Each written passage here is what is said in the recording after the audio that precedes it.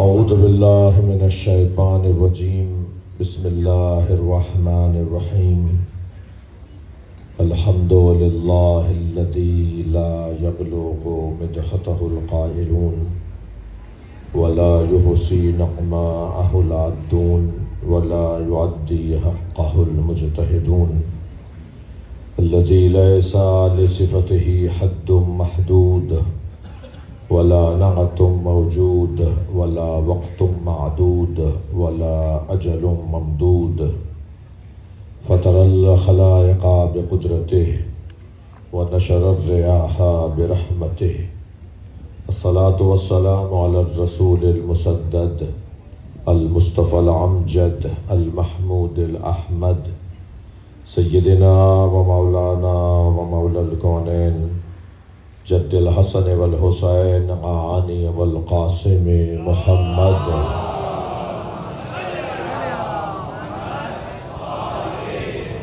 وآلہ الطیبین الطاہرین المعصومین الذین قال اللہ انما یرید اللہ لیذہب عنکم الرجس اہل البیت ویطہرکم تطہیرا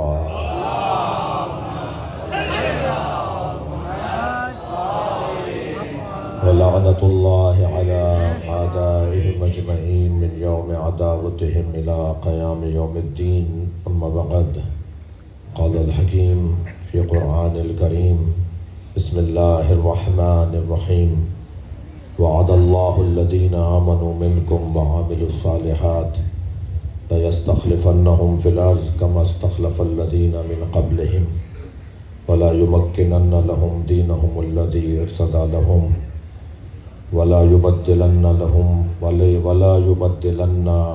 من بعد خوفهم امنا يعبدونني ولا يشركون بي شيئا ومن كفر بعد ذلك فأولئك هم الفاسقون صلوات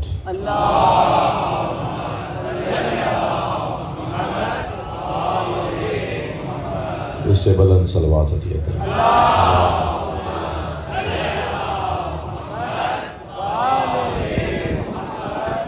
بانیان مجلس خانوادہ سید مطار علی شاہ، ان کے فرزندان، آپ سب کی دعاؤں کی قبولیت کے لیے حضرت مولانا زہرائی اس نسبت سے جو بولتا ہے نا پھر وہ روشن بولتا ہے.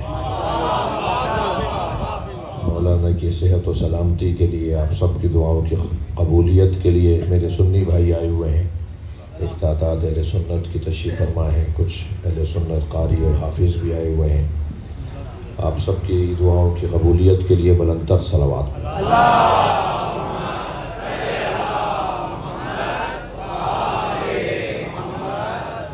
اس سے بلند صلوات ممکن ہے تو پڑھنا.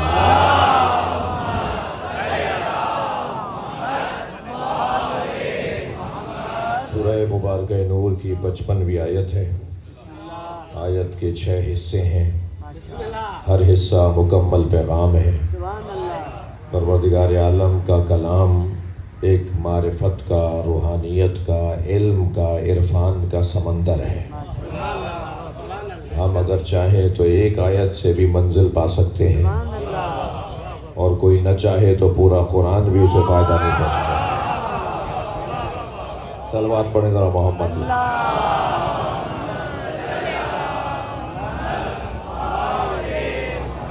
رب تال القرآن والقرآن یلعنہ، کتنے ہی قاریان قرآن ہیں جن پہ خود قرآن لعنت کرتا ہے. مجھے تو وہ قاریان قرآن جن پہ خود قرآن لعنت کرتا ہے وہ نظر آتے ہیں. صلوات پڑھیں ذرا محمد والے.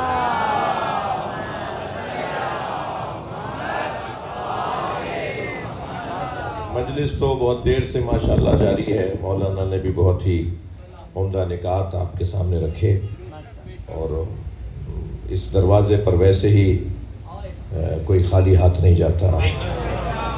اور سب سے بڑی دولت بھی علم کی دولت ہے، اور سب سے بڑی دولت بھی معرفت کی دولت ہے. اور حقیقت بھی یہی ہے کہ یہیں قبلہ سیدھا کرنا ہے، مرنے کے بعد لائن تبدیل کرنے کی اجازت نہیں ہے۔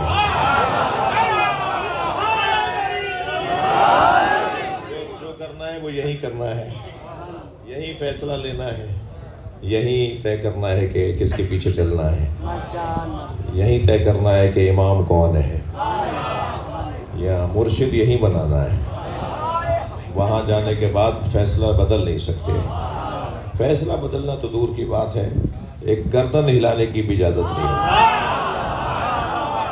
لا یتکلمون الا من اذن لہ الرحمن، اس دن کسی کو بولنے کی اجازت نہیں ہوگی، الا من اذن لہ الرحمن، مگر اسے بولنے کی اجازت ہوگی جسے رحمان اجازت دے گا۔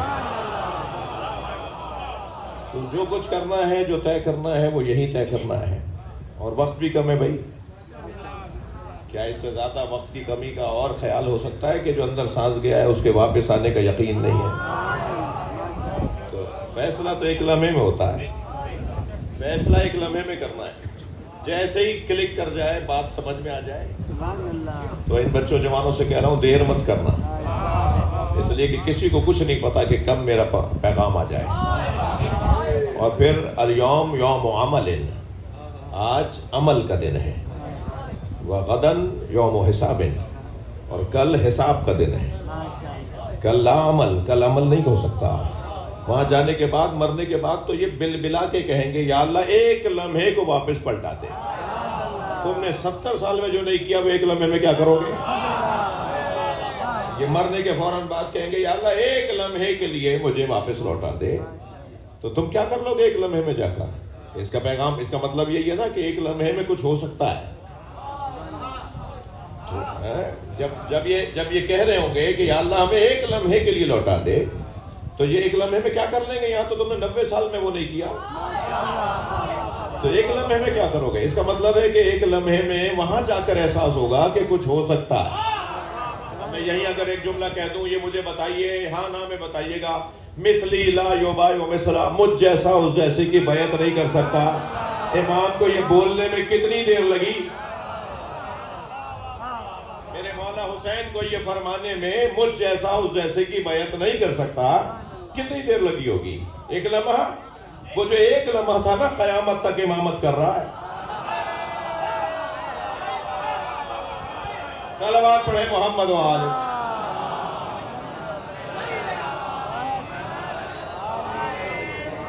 ماشاءاللہ ماشاءاللہ ماشاءاللہ، اللہ اکبر۔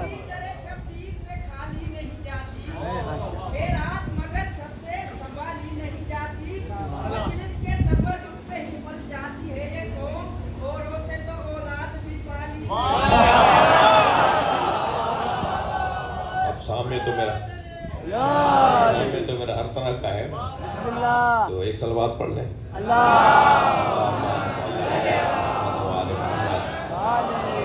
اس سے بلند صلوات پڑھ لیں۔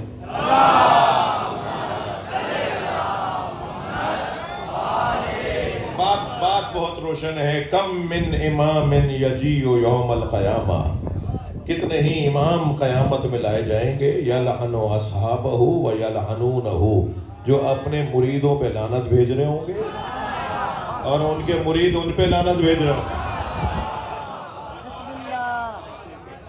کتنے ہی امام لائے جائیں گے، وہ کہیں گے جو پیچھے چل رہے تھے ان پہ لعنت، جو پیچھے چلنے والے کہیں گے تم پہ لعنت ہو، یہ ایک دوسرے پہ لعنت کر رہے ہوں گے، اس لیے کہ نہ پیچھے چلنے والے نے صحیح امام مانا، نہ انہیں دعویٰ کرنا چاہیے تھا کہ میں تمہارا امام ہوں۔ وہاں تو معاملہ ہی کچھ اور ہو جائے گا نا، یہ اپنے ہاتھوں کو کاٹ رہے ہوں گے، اپنے ہاتھوں کو کاٹ کاٹ کے کہہ رہے ہوں گے کاش ہم نے فلاں کو دوست نہ بنایا ہوتا، کاش ہم نے رسول کے ساتھ سبیل بھی مان لی ہوتی۔ اور مولا علی اپنے سینے پہ ہاتھ رکھ کے کہتے ہیں وہ آیت جو سبیل قرآن میں ذکر ہوئی ہے وہ میں علی ہوں۔ وقت بہت کم ہے عزیزوں، ویسے بہت تیزی سے امام بارگاہوں میں مجمع بڑھ گیا ہے،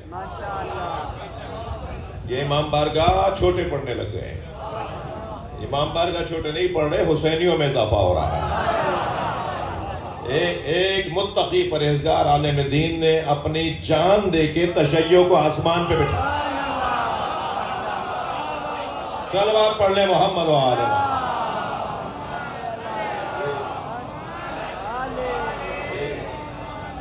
ساری دنیا کی توجہ اب ان لوگوں کی طرف ہو رہی ہے جو علی کو اپنا مولا مانتے ہیں۔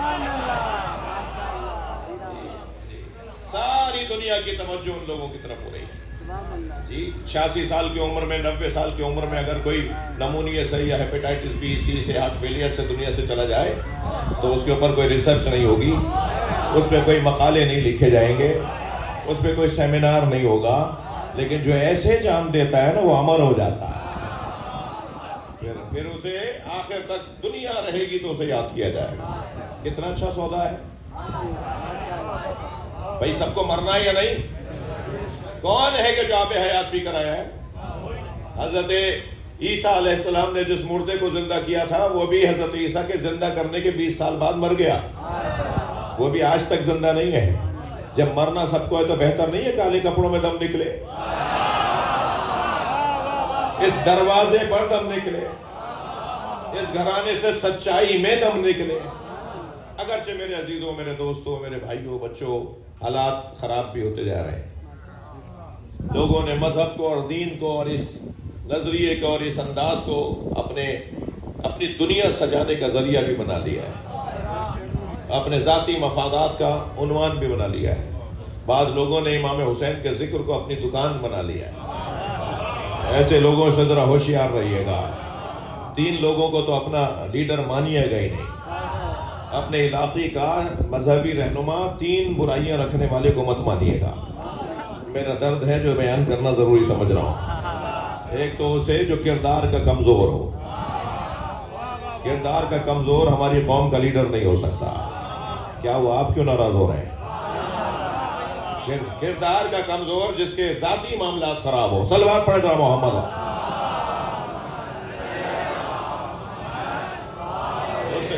وہ دعویٰ کرتا رہے مگر آپ اس پر اعتبار نہیں کیجیے گا۔ بول دوں نہیں؟ سنجیدہ کیوں گیا؟ میں تو حالات حاضرہ سے جوڑ رہا ہوں۔ صلوات پڑھ لے ذرا محمد۔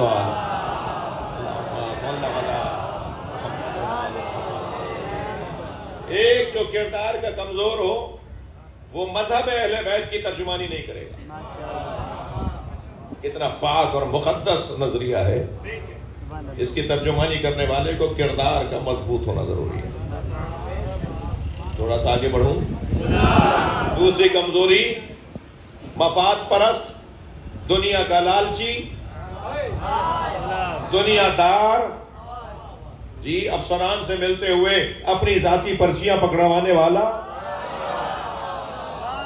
تھک گیا بذات میں اور طرح دل جلا ہوں تو کہہ دیتا ہوں ایک بات، مگر یہ بات ذہن میں رہے کہ میں مجلس جام شوروں کے لیے نہیں پڑھ رہا۔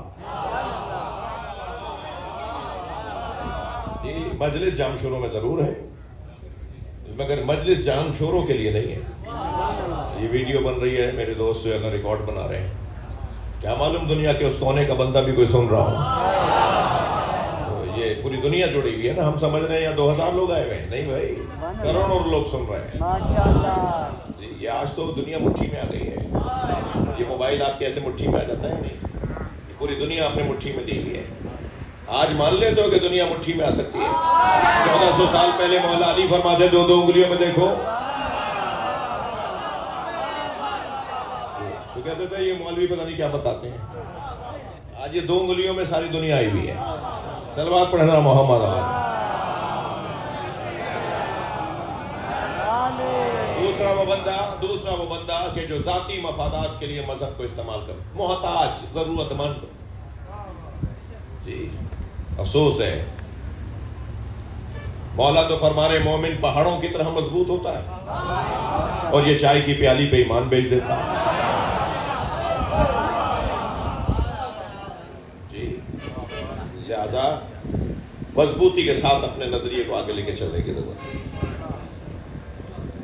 تیسری بتا دوں بات، جس کا خاندانی پس منظر اچھا نہیں ہے، جس کا خون خراب ہے، وہ مسئلے کھڑے کر سکتا ہے۔ سیدھا چلتا رہے تو کیا ہی بات ہے، لیکن گڑبڑ کر سکتا ہے وہ خاندانی پس منظر۔ یہ بہت ضروری ہے کسی پاک نظریے کی ترجمانی کے لیے. تو وقت بہت تیزی سے گزر رہا ہے، جلدی جلدی فیصلے کرنے ہیں. جو بات صحیح سمجھ میں آ جائے اسے مان لو. ٹھوک بجا کے جلدی بھی اس معنی میں جلدی نہیں ہے. ارے بھائی 10 سال سے سن رہے تھے تو میں اب بھی سمجھ میں نہیں آیا، تو سمجھ میں آ جائے تو بات کو مان لیں. اور کچھ نہیں پتا کہ مولانا اگر میں نے یہ کر دیا تو میرے قبیلے کے لوگ مجھ سے چھٹ جائیں گے، میرے عزیز مجھ سے دور ہو جائیں گے، میں کیا کروں گا؟ تمہیں پتا ہے کہ کل کا دن تمہاری زندگی میں آنا والا ہے یا نہیں؟ ہر شخص کو اپنے مولا کو جواب دینا ہے. تو عزیزان گرامی، بہت واضح سی بات ہے کہ حق اور سچ کی تلاش، اور حق اور سچ کی تلاش یہ ہے انسان کی زندگی کا خلاصہ. ڈیلی کی بنیاد پر، روزانہ کی بنیاد پر ہمیں ہدایت کی ضرورت ہے، ہمیں بہتری کی ضرورت ہے، ہمیں آگے بڑھنے کی ضرورت ہے. قرآن نے یہاں ان 6 پیغامات کے اندر ایک پیغام کو گویا خلاصہ کیا ہے. ارشاد ہو رہا ہے وعد اللہ الذین آمنوا منکم وعملوا الصالحات، تم میں سے کچھ مومنوں اور کچھ باکرداروں سے اللہ کا وعدہ ہے. سب سے نہیں، کچھ سے وعدہ ہے. اللہ کچھ سے وعدہ کر رہا ہے. کیا وعدہ ہے؟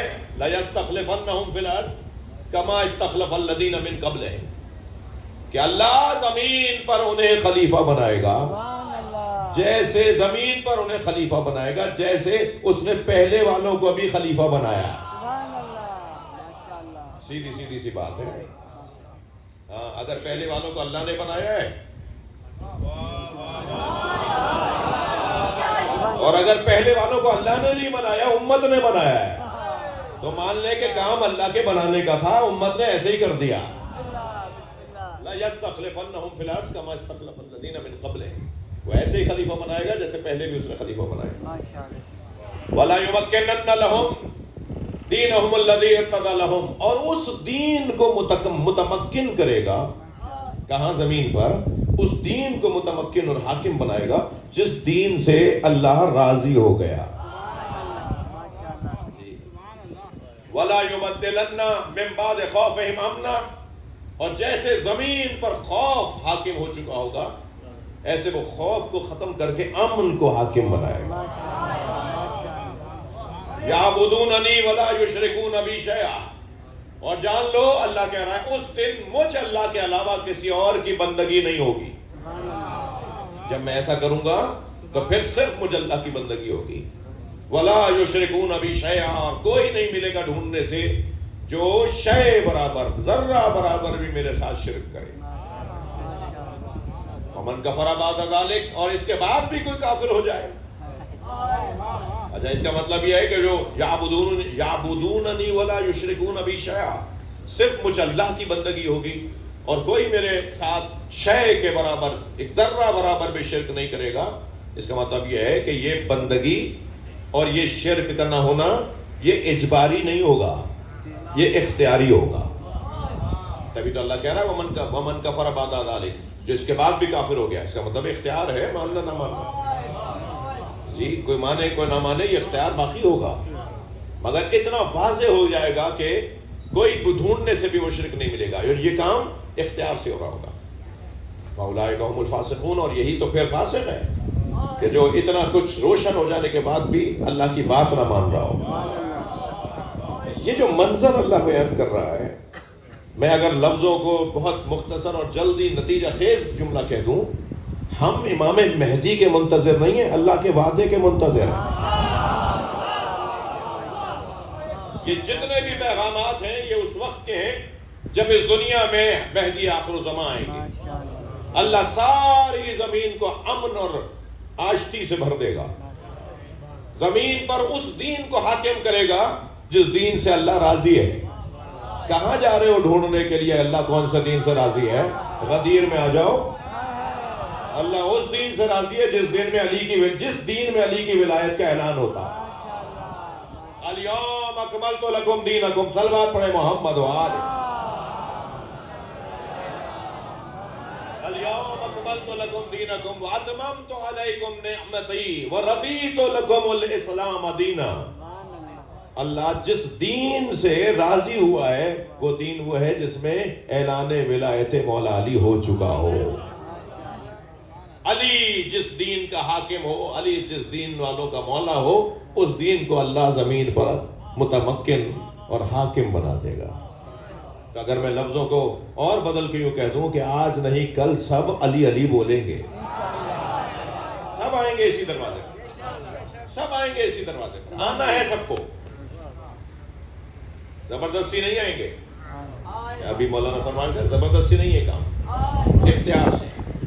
اب اگر کوئی کسی کے آنے میں دیر ہو رہی ہے تو اس کے اسباب بھی مجھے ڈھونڈنے ہوں گے۔ جو پہلے سے بیٹھے ہیں نا، میں ان سے بات کر رہا ہوں، جو اس دین کو، اس مذہب کو پہلے سے مانتے ہیں، جس دین سے اللہ راضی ہے، وہ دین تو وہی ہے نا جس میں غدیر کے میدان میں مولا علی کی ولایت کا اعلان ہوا۔ قرآن ہے نا بھائی، سورہ مائدہ۔ جب اللہ اس دین سے راضی ہو گیا اور قرآن یہ کہہ رہا ہے کہ میں اس دین کو، اللہ کہہ رہا ہے میں اس دین کو حاکم بناؤں گا جس دین سے اللہ راضی ہے، جس دین سے میں راضی ہوں۔ وہ دین تو قرآن نے بتایا کون سا دین ہے جی۔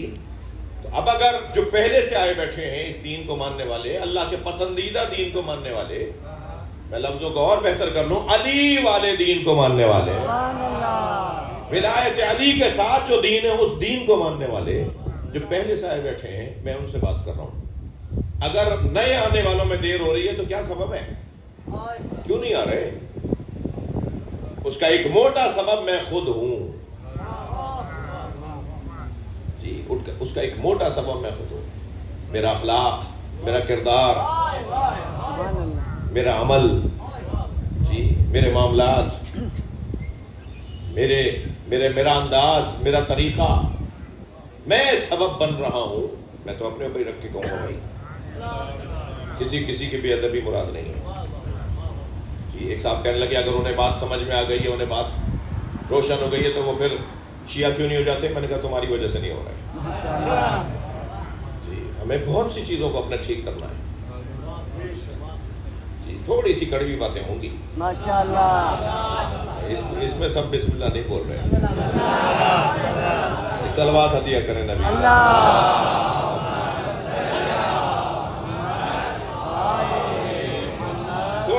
تھوڑی سی کڑوی باتیں بھی سنیں گے ویسے آپ۔ بہت ساری چیزیں جنہیں مجھے بہتر کرنا ہے، بہت ساری بہتر چیزیں جو مجھے بہتر کرنی ہے۔ اب ظاہر ہے جب چیزیں بہت ساری ہوں تو ایک ساتھ تو ٹھیک نہیں ہوگی، مگر طے تو کر لوں، لسٹ تو بنا لوں۔ جب میں لسٹ بنا لوں گا کہ یہ چیز مجھے ٹھیک کرنی ہے، وہ چیز مجھے ٹھیک کرنی ہے، چیزیں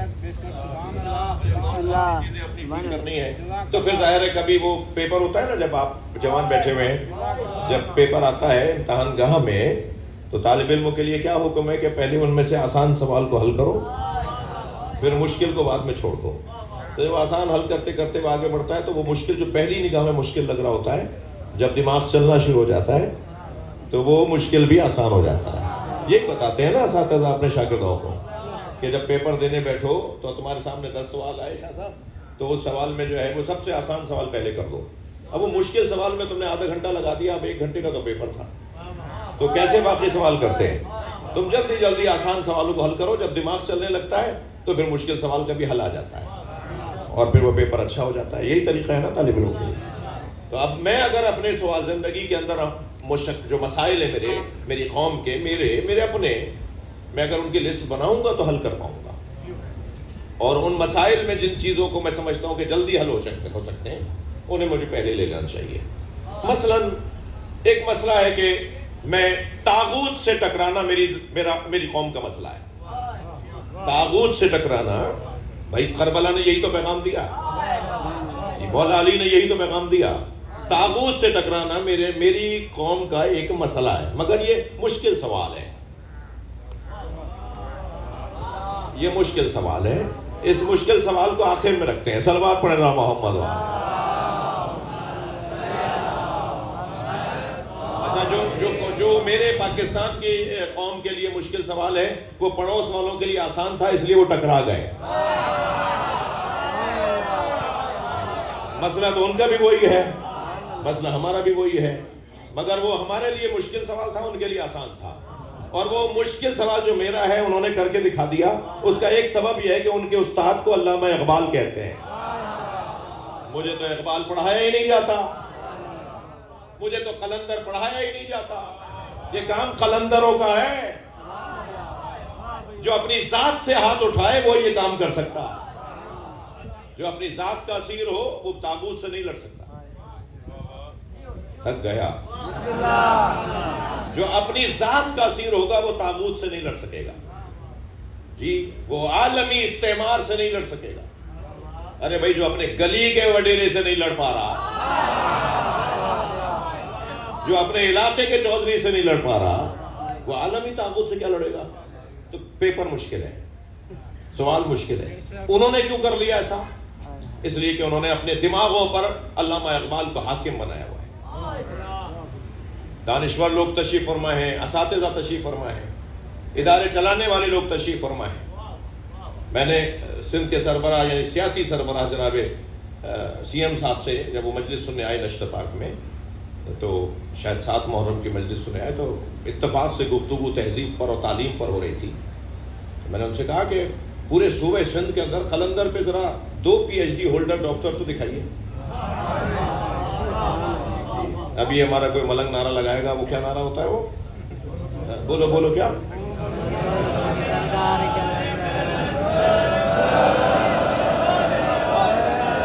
کیا مسئلہ ہے بھائی؟ سب لگاؤ نا, بولو.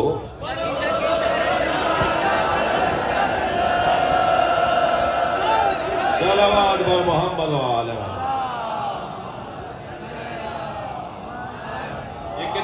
یہ کتنا محبت بھرا انداز ہے, مگر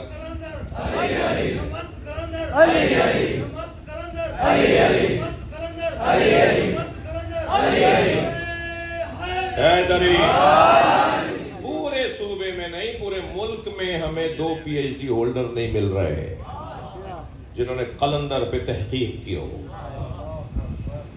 کیوں نہیں کی؟ فارسی یہاں پر پائی نہیں جا رہی, اور قلندر تو فارسی میں ہے. فارسی ہمارے یہاں نہ الزامی ہے نہ اختیاری ہے. یہ بچہ اسکول میں نہ فارسی اختیاری پڑھتا ہے نہ الزامی پڑھتا ہے. انگلش ہوگی الزامی, انگلش ہوگی. ہمارے یہاں کا بڑا آدمی جب اسے اپنی زبان بولنا نہیں آتی تو انگریزی میں شروع ہو جاتا ہے.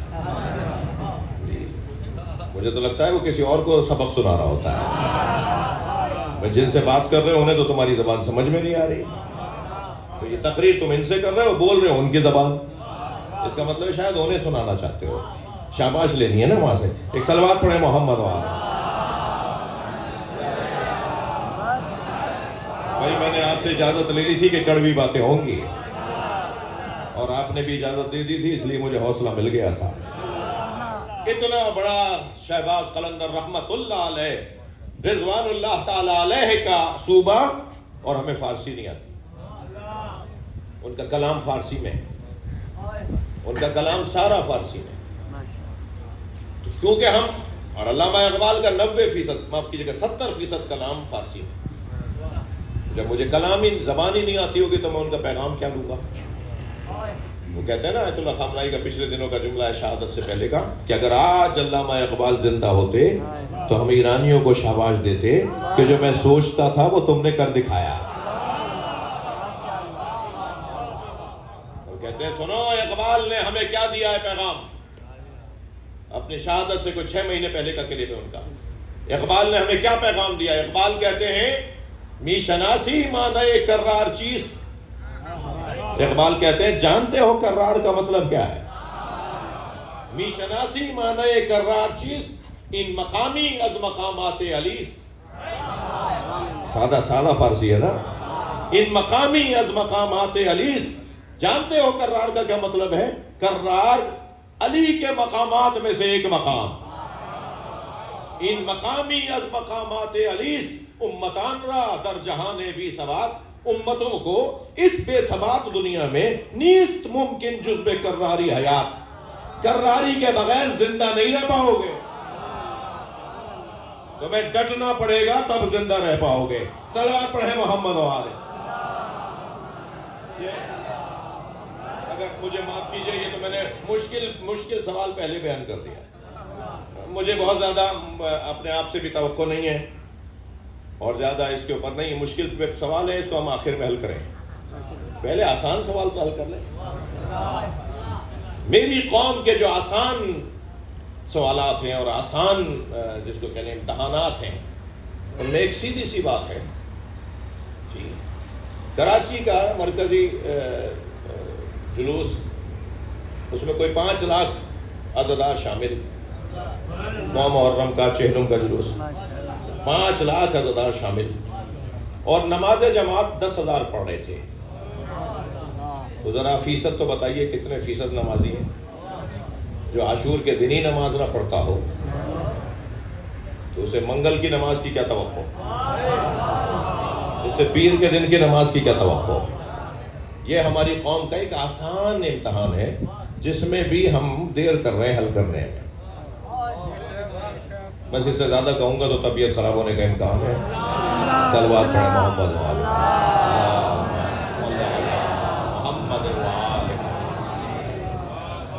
حقیقت ہے یا نہیں؟ پوری دنیا میں یہ فقیر اسی حلیے میں پھرتا ہے. آپ کا نوکر ہو، آپ سے بول رہا ہوں، میں آپ کا نوکر ہوں. پوری دنیا میں اسی حلیے میں پھرتا ہوں، اور رستے میں نماز کا وقت ہو جاتا ہے تو ظاہر ہے ہمیں مسجد بھی دیکھنی ہوتی ہے. اور میں تو نہیں دیکھتا کہ یہ مسجد کس کی ہے، اللہ کی ہے. یہ میں کسی سے کیوں پوچھوں کہ بریلوی کی ہے یا دیوبندی کی ہے؟ کیوں پوچھوں کہ شیعہ کی ہے سنی کی ہے؟ چندہ لیتے وقت تو بریلوی نے نہیں کہا تھا کہ چندہ شیعہ نہ دے.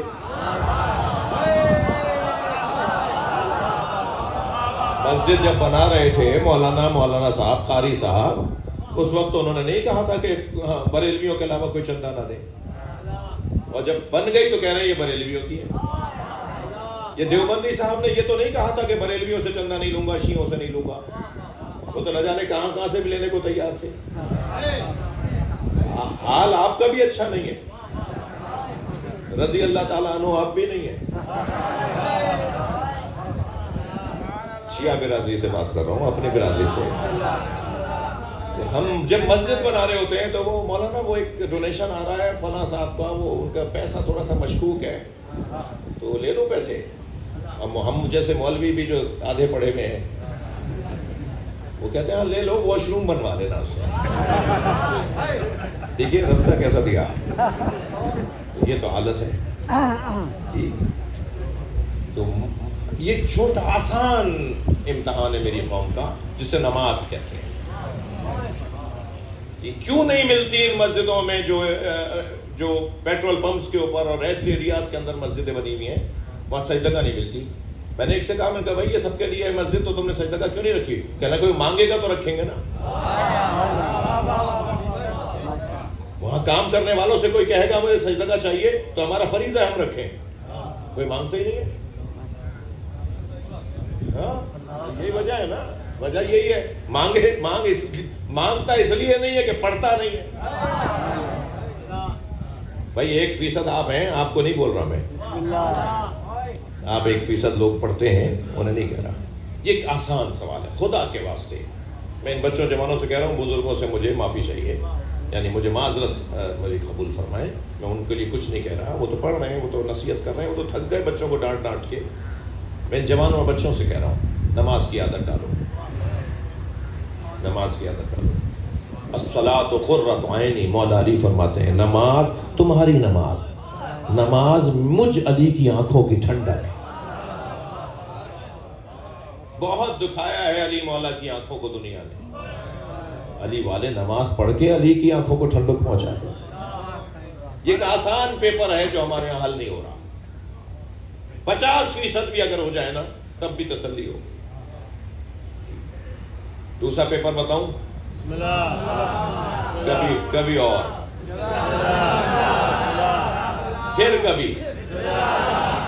چلے پھر بتا رہا ہوں، صلوات پڑھیں.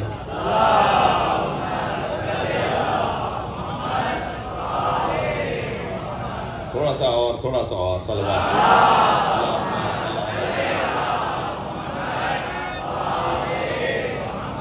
قرآن سے دوری. مولانا ہمارے علاقے میں شیعہ قاری نہیں مل رہا. بھائی سنی قاری سے پڑھوا لو. قرآن 40 پاروں کا نہیں ہے. وہ جو سنی قاری کا قرآن ہے وہی شیعہ قاری کا قرآن ہے. اور یہ ولدالین اور ولدالین کا فرق بھی کوئی فرق نہیں ہے. یہ کم علم لوگوں کی پھیلائی ہوئی باتیں ہیں. مخرج کا مسئلہ ہے. دعال اور ضاد کا جو مخرج ہے وہ قریب قریب ہے تو لگتا ہے یہ ولدالین کہہ رہے ہیں، یہ دال بول رہے ہیں، ضاد نہیں بول رہے ہیں۔ یہ بھی علمی بات ہے، یعنی کوئی فقہی مسئلہ نہیں ہے، کوئی فرق نہیں ہے سنی اور شیعہ کے یہاں۔ ہاں، اپنے بچوں کو سنی قاری سے قرآن پڑھوانا، دینیات مت پڑھوانا۔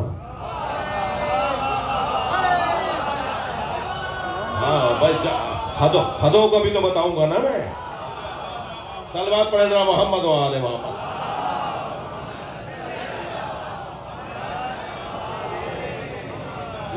ہاں، مجھے اپنی حدوں کا بھی تو پتہ ہونا چاہیے نا۔ ظاہر ہے مجھے دین تو مولا علی والا لینا ہے نا۔ نبی نے جب مولا علی کے حوالے ہمیں کر دیا تو اب ہمیں تو وہ دین لینا ہے نا جو علی دے رہے ہوں، علی مولا کے بچے دے رہے ہوں۔ موٹی موٹی باتیں ہیں نا۔ یہ دوسرا پیپر ہے جو مشکل ہو گیا ہمارے، حل نہیں ہو رہا۔ بزرگ ہو گیا ہوں مولانا، اب میں کیا قرآن پڑھوں گا؟ آج تو اتنا آسان ہو گیا ہے، میں بزرگوں سے ہاتھ جوڑ کر کہہ رہا ہوں۔ آج تو یہ جو سوشل میڈیا، یہ گوگل، یہ کیا ہے، وہ کیا ہے بھائی، چیٹ جی پی ٹی اور کیا کیا ہے، یوٹیوب، اے آئی، آج تو اتنا آسان ہو گیا ہے۔ میں خود بہت آسانی میں ہوں، جب مجلس پڑھنے جا رہا ہوتا ہوں تو گاڑی سے اترنے سے پہلے جو آیتیں مجھے پڑھنی ہوتی ہیں، ظاہر حافظ تو ہوں نہیں، تو مجھے ایک مرتبہ خیال آتا ہے کہ یہ آیت سورہ ہود میں ہے یا سورہ مثلا رحمان میں ہے، یہ سورہ حدید میں ہے یا سورہ مثال کے طور پہ معاہدہ میں ہے، تو ہم ایک مرتبہ اس کے اوپر ڈالتے ہیں، گوگل کے اوپر آیت لکھ دیتے ہیں، آیت تو یاد ہوتی ہے تو آیت لکھ دیتے ہیں، وہ بتا دیتا ہے کون سے سورہ میں ہے۔ بہت آسان ہو گیا ہے۔ پہلے ہمیں وہ موجم رکھنا پڑتی تھی، موجم المفاہرس، ایک پوری کتاب اتنی موٹی رکھنا پڑتی تھی آیت کا نشان بار بار ڈھونڈنے کے لیے۔ آج یہ موبائلز کے ذریعے سے ہمیں سب پتہ چل جاتا ہے۔ تو یہ بڑے بزرگ بھی اگر چاہتے ہیں نا قرآن پڑھنا تو بہت آسانی سے ان کو قرآن وہ موبائل کے اندر یہ اپنا استاد ڈھونڈ لیں گے۔ اور خدا کے واسطے روزانہ اگر ایک صفحہ قرآن کا پڑھنا شروع کر دوں تو یقین جانیے سیدہ راضی ہوں۔ بی بی نے فرمایا تھا، یا علی شب اول قبر مجھے تنہا چھوڑ کے نہ جانا، میری قبر پہ ساری رات قرآن پڑھنا۔ یہ قرآن پڑھنے کا حکم، یہ قرآن پڑھنے کی خواہش جناب زہرا کی مولا علی سے بھی تھی کہ یا علی میری قبر پہ قرآن پڑھنا ہے۔ اور جن قاریوں کے اوپر قرآن لعنت کرتا ہے وہ قاری وہ ان پہ تو قرآن لعنت کر رہا ہے، اور جن پہ قرآن صلوات بھیجے گا وہ پڑھ نہیں رہے۔ جن پہ قرآن سلام بھیجے گا وہ پڑھ نہیں رہے۔ کن پہ قرآن سلام بھیجے گا؟ جنہیں قرآن میں اہل بیت نظر آتے ہوں، جنہیں قرآن کے اندر اللہ کا دین نظر آتا ہو تو ان پہ درود و سلام ہے، اور جنہیں قرآن کے اندر اہل بیت نظر نہیں آ رہے، جنہیں قرآن کے اندر مولا علی کے فضائل نظر نہیں آ رہے، جی گمراہی ہے۔ قرآن پڑھ کر قرآن کے خلاف باتیں ہو رہی ہیں۔ تو عزیزو یہ دوسرا سوال ہے، مجھے اجازت دیں، میرے ذہن میں 10 سوالات تھے، مگر اس سے زیادہ سناٹا مجلس میں نہیں چاہتا۔ بسم اللہ بسم اللہ بسم اللہ۔ صلوات پڑھ لیں ذرا محمد و آل۔